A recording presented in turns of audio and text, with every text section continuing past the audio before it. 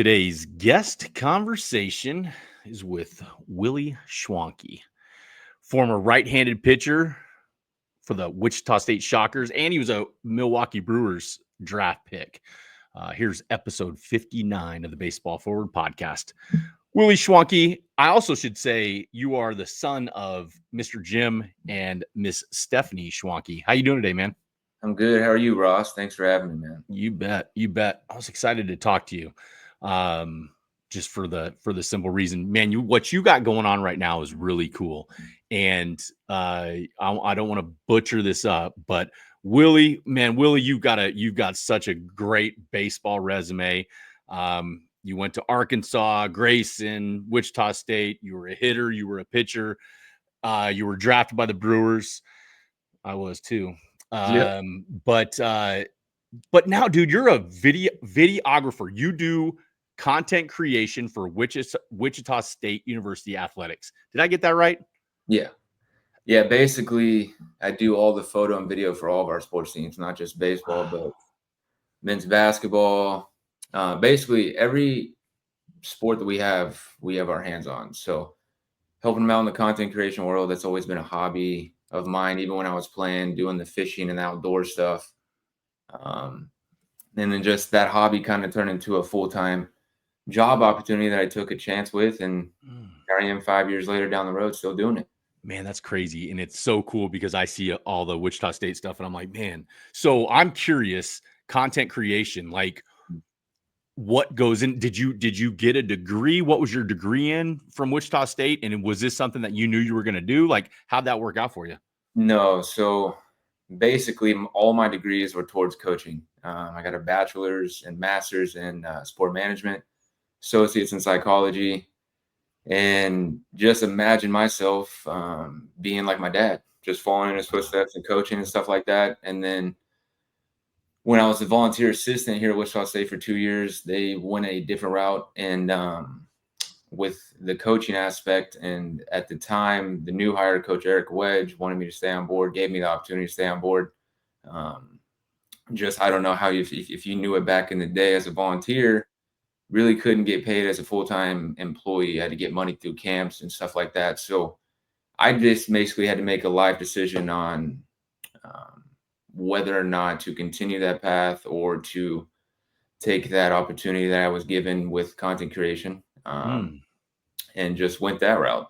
And something that stuck out to me lately is my dad said, because we're kind of battling back and forth with college and everything, college sports and just athletics in general. And my dad told me not too long ago, you got to make sure you're doing something that you're passionate about. And that's what I'm still doing. So, man, I love that because again, the content that I see that you put out is amazing. Some of those videos, I think the video of Coach Stevenson, were you at that whole thing? That was such a cool video. But man, you and I go pretty far back. I met I want to say I met you when you were like 13, and I'll say it to the Baseball Forward audience, talking to Willie Schwanke today. Man, that I always wanted to know, like, I don't think I quite understood the depths of your dad's coaching resume at the time. I knew this. I was scared of him. He intimidated the hell out of me, which I hear regularly now. But as a young coach, I don't think I understood it. So something that I've always wondered about with you. I mean, man, you had a great career. You were such a good player. In the DFW area, Frisco, Wakeland. Did you feel pressure? Did you feel pressure because of who your dad was, and then that you had to get it right? Talk me through that, man. I mean, I'm sure there could be a lot of kids that could relate, possibly, but I don't even know if I've told my dad that, but there was a lot of instances where you kind of did get that that vibe, so to speak. Some kids would make some comments, stuff like that, but I never really took it personally. I just took it as something where I needed to work harder to prove those guys wrong, that it was just me doing it. And I think my dad did a really good job as a parent and as a coach to balance it.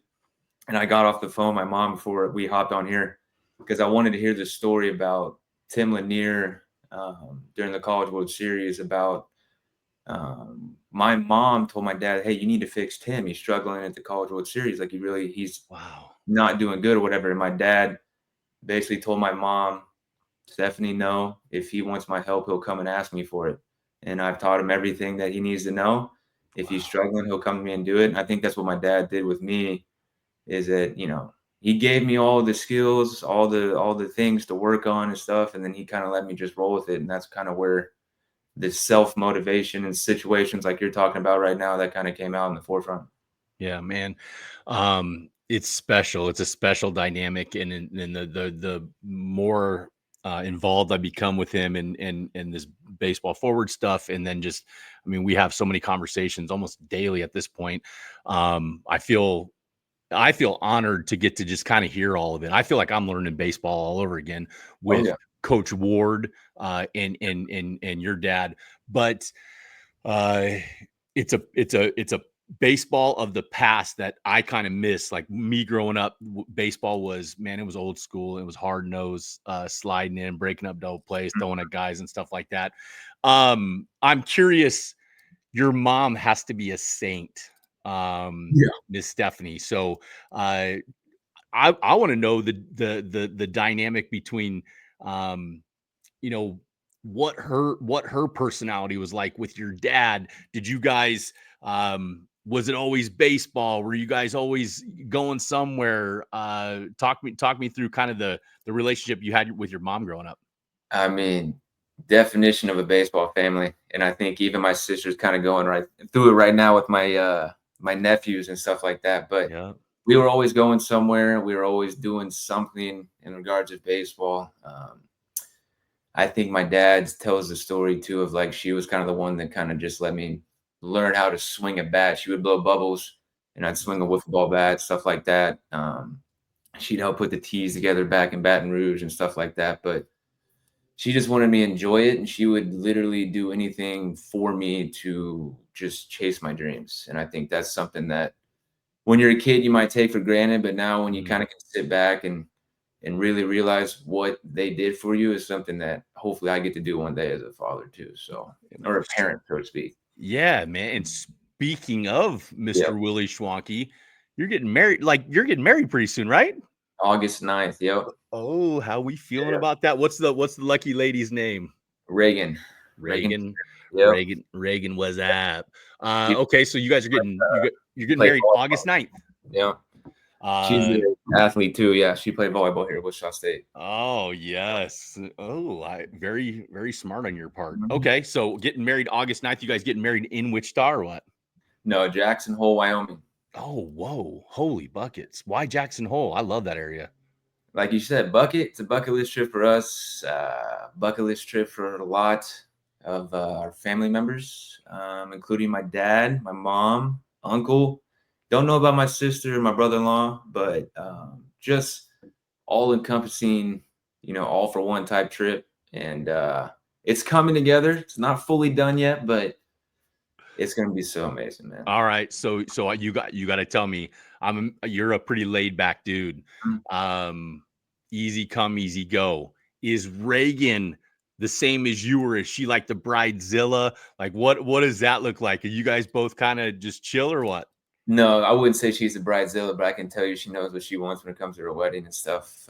So she's in the real estate world. She's an interior designer, stager. So she has the vision.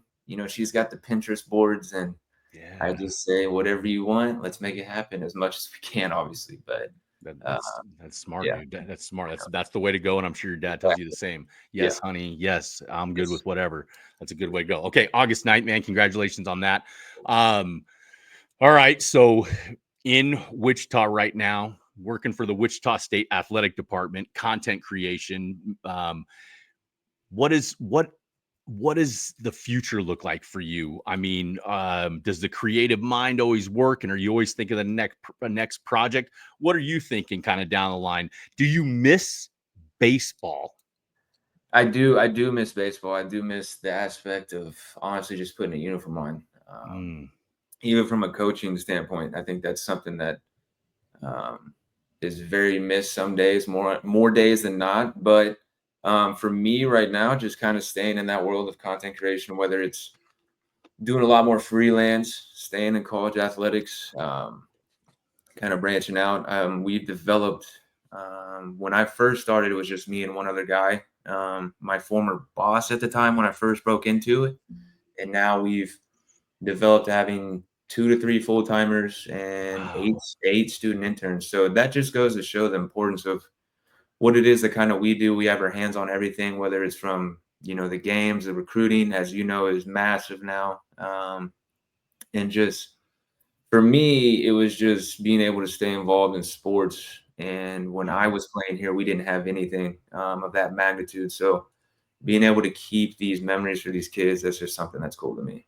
That is so cool, man. And you know what? You'll get to be my age at some point, and I don't have anything. And I'm so mad at myself that, I the pictures. I mean, we used to use those like roll Kodak and whatever.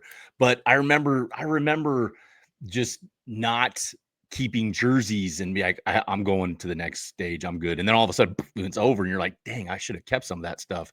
I want to know this, Willie Schwanke, son of Stephanie and Jim Schwanke, and your sister. Remind me of her name again. Leslie. And let's not forget about the sisters. God bless them for putting up with all the baseball stuff. Yeah. What was the hardest part? Like when you look back at it right now, because I know this, a lot of guys go through, a lot of players go through, and this is true for every sport. When the game is over, man, depression sets in and confusion and some chaos. I'm not necessarily sensing that with you, but what when it was over, like what was the most difficult piece about kind of walking away from the game and not living that life anymore?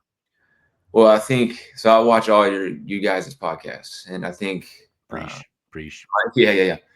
Mom told me to watch the one where I think my dad was talking about how I handled the last game, so to speak, about basically being done, so to speak, with an injury and all that stuff, and the way I handled it.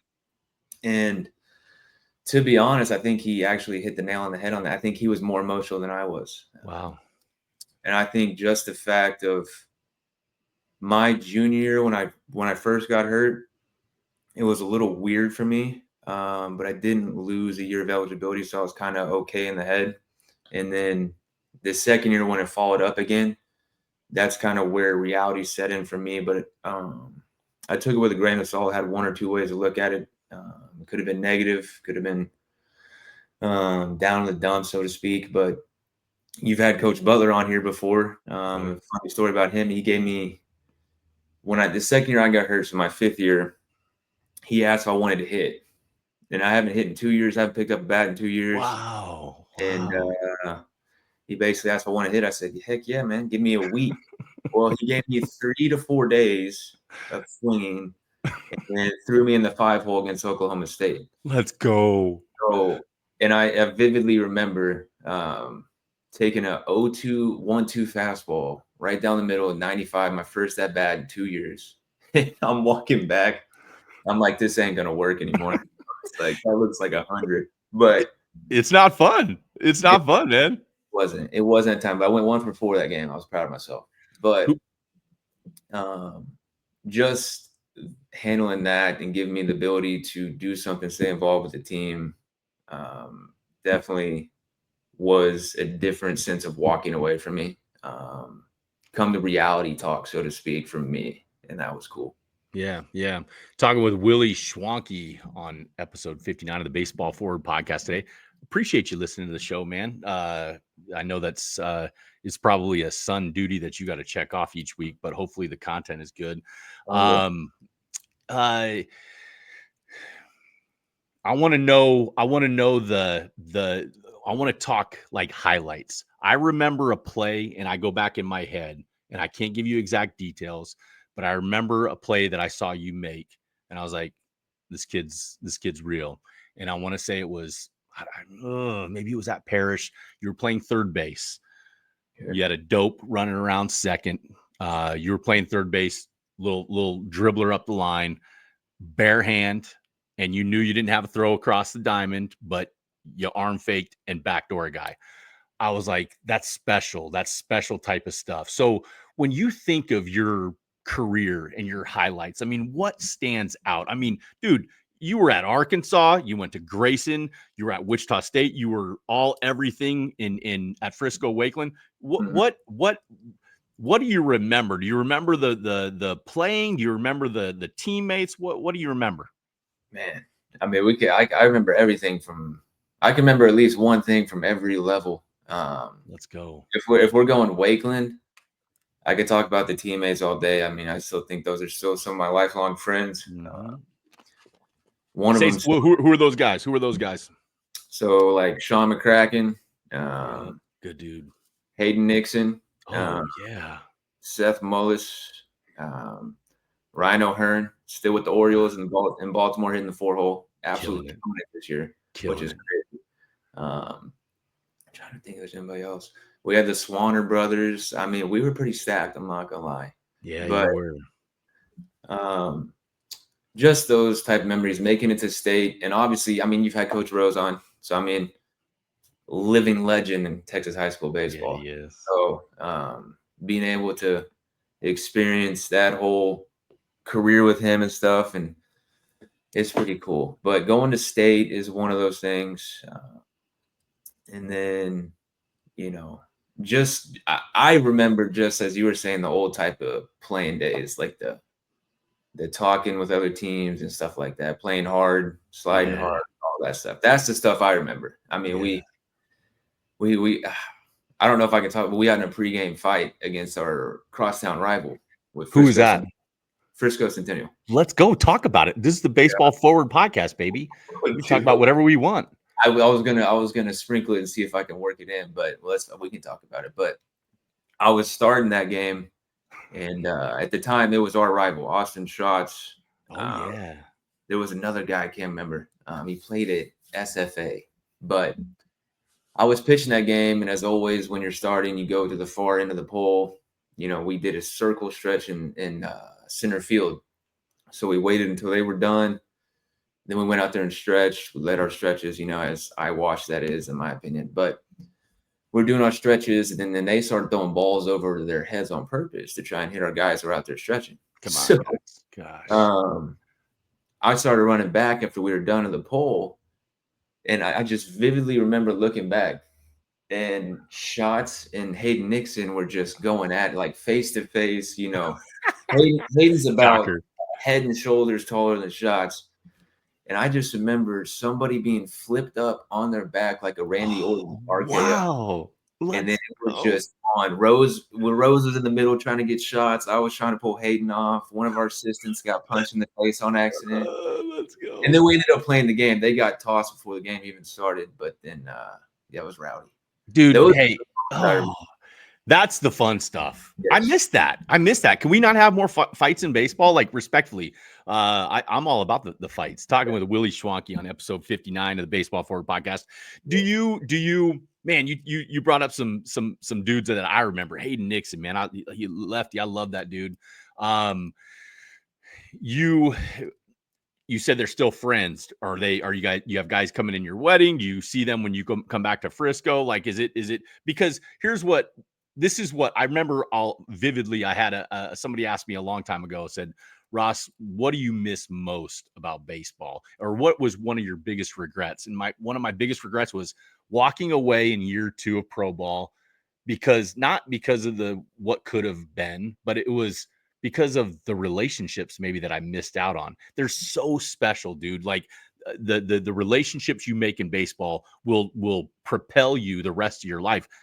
I'm 45 and I'm still doing stuff. So when I say relationships, I mean, is that kind of it matters to you to have the boys, to the relationship with the fellas? Yeah, no, it definitely matters to me. And I try and stay in touch as much as possible. Like Hato, haven't talked to very much, but I know when we do talk, it's like we talked yesterday and stuff like that. And Sean, Seth, try and see him when I come back into Frisco as much as possible. And then, I mean, if we go into the college world of like the relationships I have, I mean, I talk to those guys quite often. I still talk to one of the guys that I played with and was able to coach at Wichita State. Talk to Luke Ritter all the time. He's in AAA for the Mets right now. Attaboy. Fortunate enough to stay in touch with Bohm as much as I can. Just all those guys. There's a lot of more college teammates that would be in my wedding, so to speak. But Yep. I still need to ask Sean. Sean's like my last guy I need to ask. But trying to cross all the X's as fast as I can for my wedding. So I'm going to ask him right now. Sean, let's go, man. You're needed in Jackson Hole, Wyoming. Yeah. Well, they're already coming. They already RSVP'd. The whole clan's coming. So they take a Jeep trip normally every summer, and that basically, I'm assuming that's what they're gonna do. So love it. All right, I want to go back to kind of the dynamic with your dad.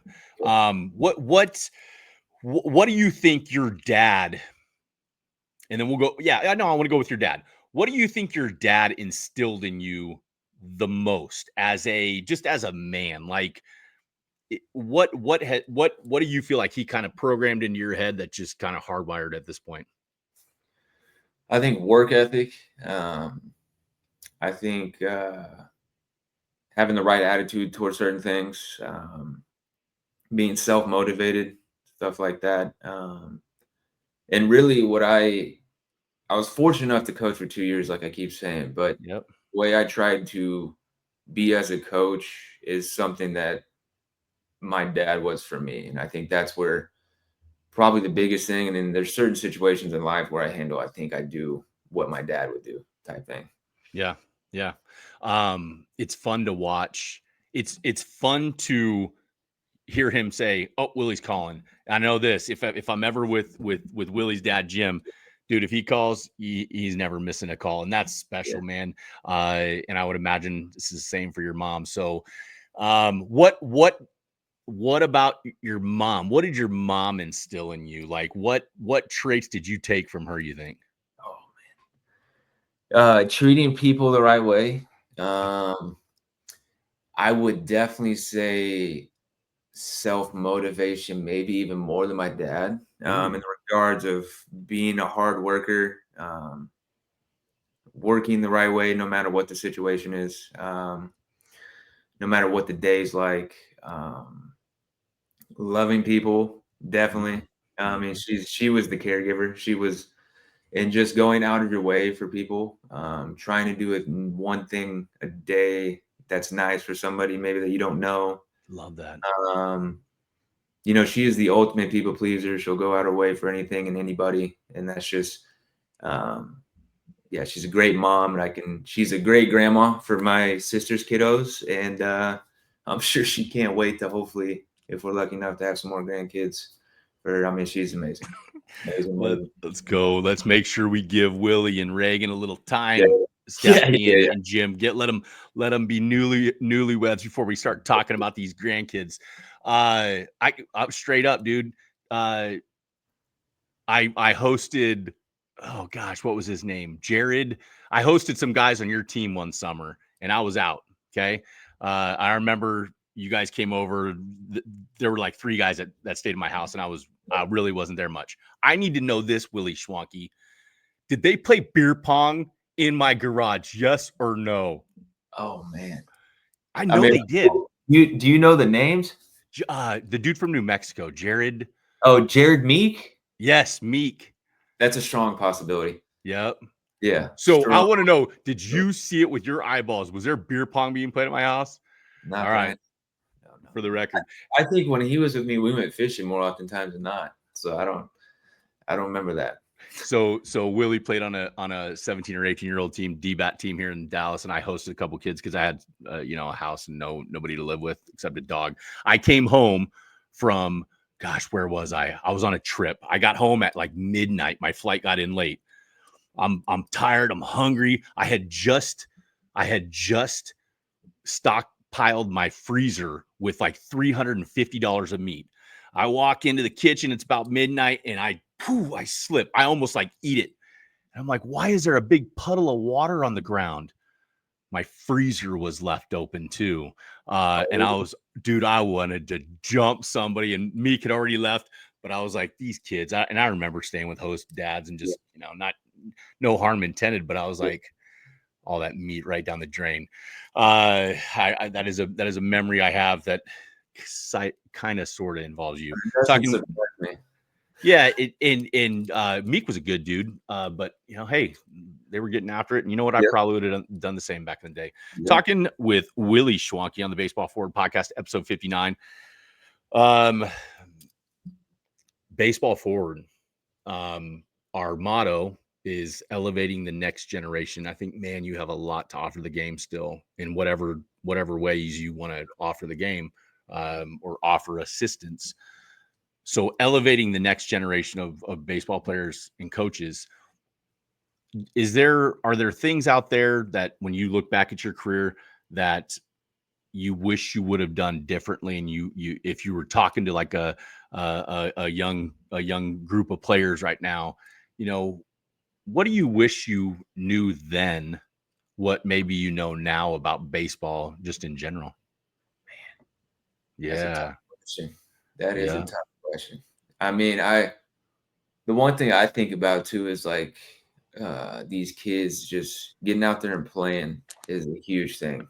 Like when I go back home, I play wolf ball with my nephews. I mean, God, they can go for hours, but we'll play for hours and hours. I think them just playing the game is something that's pretty easily forgotten nowadays with all these hitting teachers and stuff like that. You get the parents, you get the coaches, you get these private lesson guys, you get so many voices in a kid's head. But at the end of the day, it's just going out there and playing the game, in my opinion. That's something that's easily forgotten. That's what I did too, is when I had these private lessons when I was coaching, I would just let these kids come and hit. And obviously I had the cues and from a pitching lesson or hitting lesson standpoint, but more often times than not, I just let those kids hit, pitch, play. We'll work on it, but just trying to develop those consistent routines and those habits is something that can easily be forgotten in a younger kid's head, so to speak. But man, I think and just letting your ability play too. I mean, I was fortunate enough to be a two-way pitching and hitting, and so to speak. But sooner or later, you're probably gonna have the realization of figuring out what you are as a player. And I wish maybe there was a time where I wish I knew it earlier, but also looking back at it, I'm still glad that I really didn't know either, because at the end of the day, I got drafted as a pitcher, but then 2 years later, I ended up hitting again, so I was fortunate enough for that. Man, I wish somebody, anytime I talk to younger guys, I'm like, have an identity in who you are in the game, right? I wish somebody would have said, hey, Ross, you throw a fastball and a curveball. And they did eventually, but like, you're not a starter. You're going to be, your best chance at being a big leaguer is middle relief or the end of the bullpen, right? So when I say a baseball identity, what in your opinion, like, because you've seen a lot of baseball, how would a young guy go about understanding his baseball identity? Like, is it just trial and error? Is it going out and playing the game? Is it what they like play, like the position they like playing? Give me some insight on that. I think it's a little bit of trial and error, in my opinion. And that was the right way to put kind of what I was saying, sum it up, is knowing who you are as a player, I think, is a huge thing. And also knowing who you are as a person too. Interesting. I think I wasn't a vocal leader. I was more of a lead by example guy. And then, once I put the jersey on, we would compete. Once I would take it off, we'd be free and easy going, hanging out, stuff like that. So, but from a kid trying to figure it out, I think it is a lot of trial and error.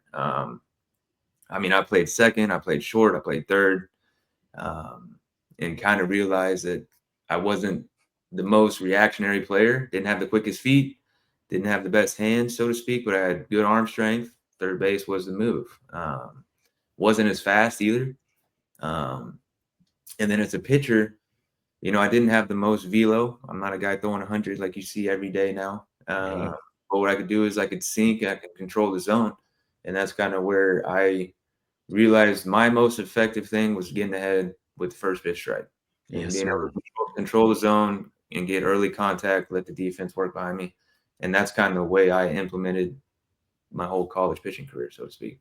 Whew, boy, I like this. And I'm going to go down this trail with you because I got a 10-year-old and I got an 11-year-old. You got nephews, man, and you got a lot of knowledge in that head of yours. So let's let it come out. All right. If you're sitting in front of my 10 and 11-year-old sons, and we're talking about pitching, because you said, I tried strike one.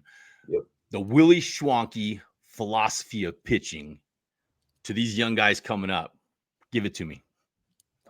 Strike one. Yes, sir. Biggest thing. Letting the defense work with early contact is huge. Love it. So those are the two main things. But I think a lot of things nowadays too is I think some kids might be able to pick up on presence. I was big on presence on the mound, rhythm. My pitching coach here at Wichita State, Coach Kimnitz, he's the winningest pitching coach in college history. He'll tell you that any day of the week. But he coached here with Gene Stevenson and all that stuff. So he is the GOAT in my opinion. But he was big on mentality and mental side of things. So pace and just being able to attack the zone. Because, and truthfully, I think the guys behind you will pick up on your presence on the mound. And that also comes down to the catcher too, being able to help you. But the way you're flowing is the way the defense will flow behind you, in my opinion. Listen to that, young men. The way you're flowing is the way the defense. Because I think I told you this, man. We went out on Sunday and got boat raced 15-0, and it starts on the bump. It's like ball, walk, why are we stepping off the dirt? Head down and all that stuff. So I like that a lot. Do you when you say presence, I want you to explain a little bit more what presence means, because I get it, but I want these youngsters out there that maybe listen to this, or the parents out there that don't quite know, because I can see presence with you, like 100%. You had it. There was a bravado is the word I would use. What does presence mean to you when you're pitching? Well, it's a fine line of cockiness and arrogance, in my opinion, but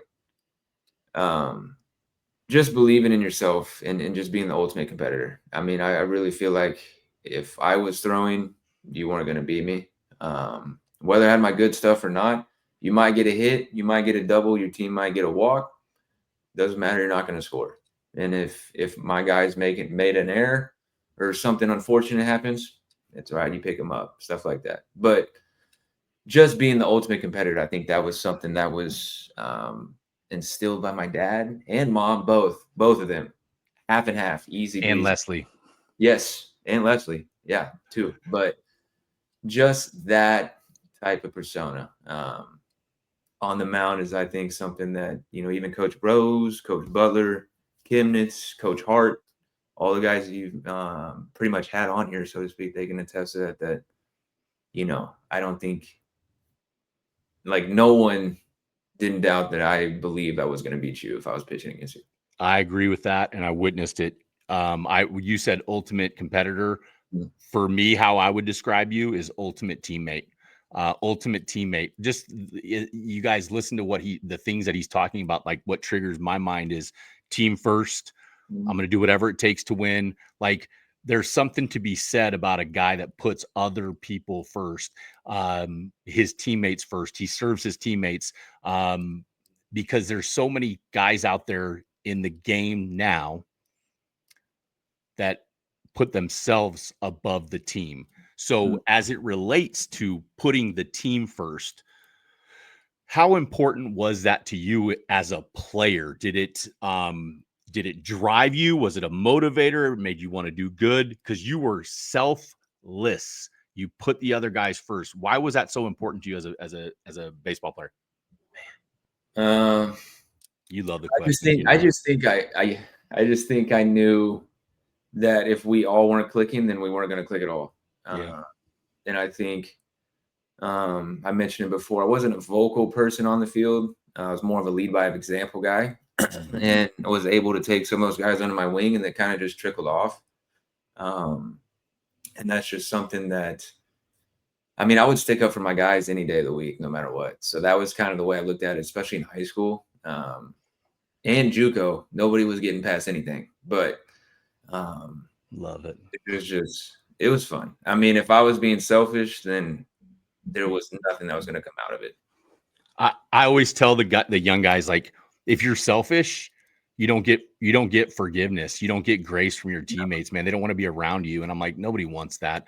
My sons asked me the other day, they're like, "Hey, Dad, did you ever hit anybody intentionally?" I was like, "Is the Pope Catholic?" Of course. And what you said, picking up your teammates, man, there's nothing. I used to love just policing the game and saying, that was a bad slide. And you know that you shouldn't have slid like that. You're going to get one. So talking with Willie Schwanke, Wichita State University video content creator. What's the official title that you go with? Senior content producer. Ooh, sounds more official, doesn't it? Yeah, dude. So do the photo and video both. Yeah, I love it. You guys go check that out. Episode 59 of the Baseball Forward podcast. Coaches out there, man. You had some really good coaches growing up. You learned the game. You had a very high baseball IQ. Were there any, and you don't have to call names out or anything, but were there coaches that you just kind of like that frustrated you? Like, I think for me, the classic overcoaching going on as a player who played it at a high level.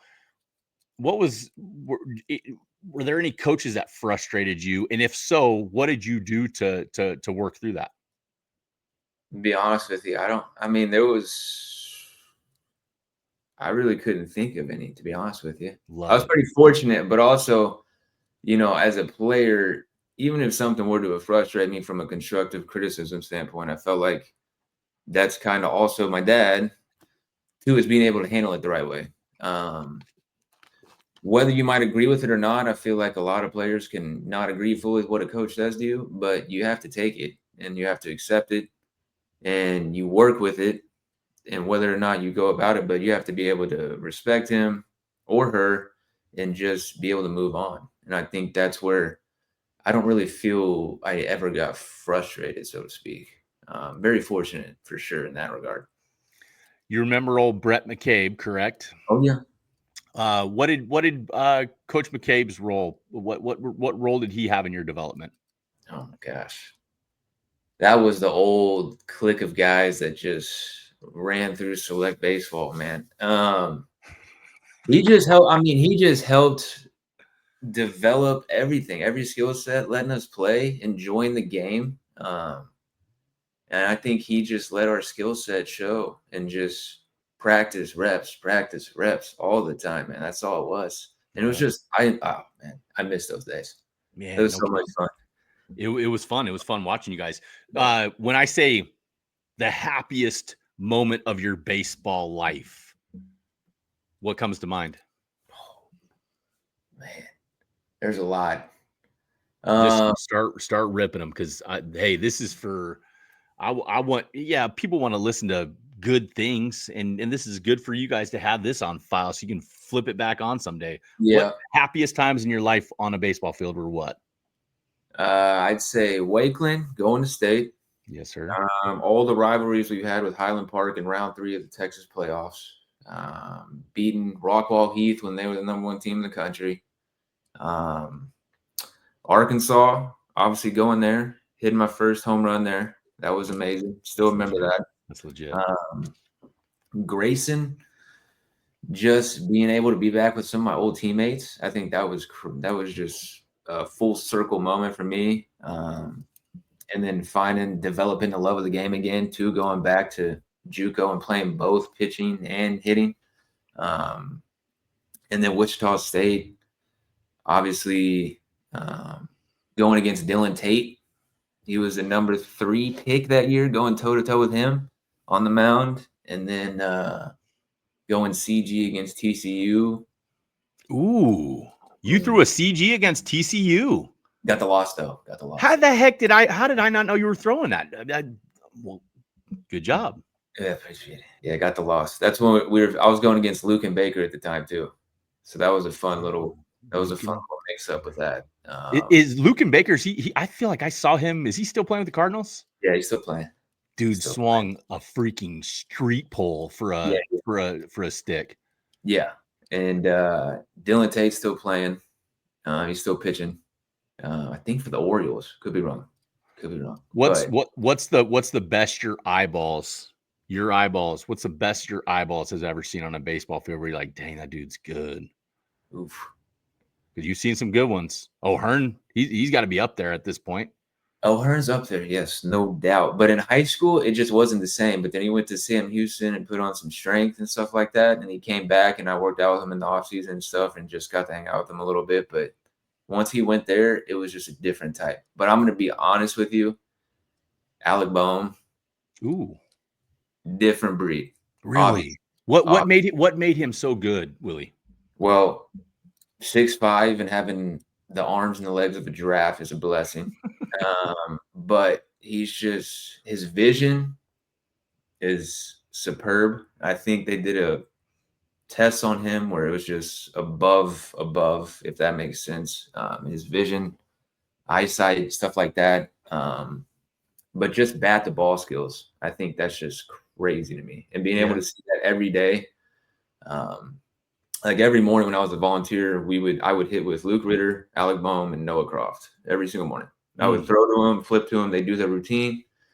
Just being a part of that, seeing that every day. I mean, I'm kind of used to it, what he does in the bigs, but it's pretty cool. I feel like he has come into his own. I remember like the Philly fans were being jackwads to him for a while, and he just stayed the course. Now he's just a stud. Yeah. Talking with Willie Schwanke here on the Baseball Forward Podcast, episode 59. A couple more minutes, Willie. All right. You're in Wichita. You and Reagan are hanging out on just a night off. Where are we going to eat? What are the places in Wichita that you like to go eat at? Oof. Well, I got to do the gluten-free route, and so does she now. What? So yeah. Found that out a couple years ago, so I had to do that. But there's a really good local pizza place here called Ziggy's. That's my preference, probably not hers. But more oftentimes than not, we're cooking at home. I mean, we're trying to be as healthy as we can, stuff like that. But there's a couple local joints that are really good. An American place that's more modern. And then me, like I said, I would prefer Ziggy's Pizza. Oh, tough to beat. Ziggy's Pizza. I got a good buddy out there that I play baseball with. Mitch Walter. Mitch, you go take care of this Willie Schwanke character if you're listening to this episode. He works for Gilmore and Bell. He's an attorney. Okay. But all right, let's what are you most excited about? You're getting married on August 9th. What's the most exciting thing about that for you? Well, I'm most excited right now. I have the planning getting done, but obviously getting to experience that with my family, her family, seeing her walk down the aisle and stuff like that. I think that's every man's dream. But we've been dating for, at that point, it'll be 6.5 years. So wow. It's been a long time coming. Yep. And being able to see that just come full circle is what I'm most excited about. And then really just seeing who comes and being with the closest people. We had a limit on the amount of people we were allowed to invite. So hopefully don't cross that threshold, but it's going to be amazing. I'm gonna come crash it and get all lubed up and be a jackleg. I'm joking, Willie. What would Reagan say about what is she most looking forward to and for her to be your bride? What's she most excited about? I mean, I think she would definitely agree with me about getting the planning done. I mean, but I think she would say the same thing, saying it's been a long time coming. I mean, I know she kind of grew impatient. Not impatient. She was very patient with me, but she was getting weary of like, okay, when are we going to do this? Sure. Yep. And we had to move around houses and stuff when we were living together at first, but being able to keep it a secret as much as I would when I popped the question was pretty cool. I about blew it the day I did it, and I tried to keep it as a surprise as much as I could, but she started catching on. I had her best friend kind of tame her down, so to speak. So she would just say, I'm so glad that it's finally happening. That's kind of where I would be too. And excited for whatever the future holds after that when we finally call it official. Hey, man, and you know what? Straight up, there's nothing better than living your life with your best friend. Yeah. It's a blast. So I wish you guys the best. All right, we're gonna finish up on this, Willie. Walkout music, walkout music. So when you were a hitter, what'd you come out to? So I went back and forth. I did Watch This by Plies in high school and early on in college and at Grayson. When I pitched, it was always Smooth by Carlos Santana. Ooh, No question. interesting. Yeah. And my dad got me hooked on Carlos Santana. Still, the first ever concert I went to was with my dad, Sean McCracken, and Paul McCracken, about third row, listening to the Carlos Santana. I feel like I was about to have a heart attack because the music's so loud. Hey, But where was that at? American or Dallas Stadium? no, it was in Fort Worth somewhere, I think. It was somewhere in Fort Worth, Arlington area. It wasn't the AAC though. Okay. I can't remember if it's still around, to be honest with you. Dude, I got a Carlos Santana record. Oye, como va? Yes. You got a favorite Carlos Santana song? Is it Smooth? It's Smooth. Okay. And I like the one with Michelle Branch, The Game of Love. Oye Come Va is a good one. Black Magic Woman. Dude, I know them all. I know them all. Evil Ways, Lord knows you've got to change. That's a good one too. I feel that. All right. And at this point in your life, when you're driving down the road, what are you listening to? What music is playing? Is it talk radio, or are you listening to inspirational videos, or what? It's kind of like how am I feeling type of day. Like sometimes it'll be motivational speeches or entrepreneurial talks, podcasts, stuff like that. And then some days it's country. Some days it's Morgan Wallen, Chris Stapleton. Some days it's Big X the Plug. And some days it's 2000 hip hop, stuff like that. But kind of just depends on how the day's going, so to speak, and what I'm feeling when I wake up. I feel you, man. I feel you. I was bumping some Dre the other day, and I rolled up and I think my neighbors were like, "Oh, what's he listening to?" Man, finish up. I want you to give me something. Well, let's just say this. What have you liked most about? You said you listen to the podcast. What do you like most about the podcast? And is there anything we can do better? I'm putting you on the record for that. Yeah. Well, I think it's pretty cool to hear from my old coaches. Yep. Coach Butler, Coach Hart, Coach Rose. I definitely think you need to try and get Coach Kimnitz on. If I can help him figure out how to get a podcast or a camera rolling. He's like my dad, doesn't know technology, so asking you about Dropbox. And now you said that, I've told my dad like 5 times how to use Dropbox. But besides the point, I think it's pretty cool to hear their side of things and where it's at, where it was, where it's going. But hearing my dad's stories is pretty cool to me. That's something that I love to hear. I'm sure he hasn't told me all of them.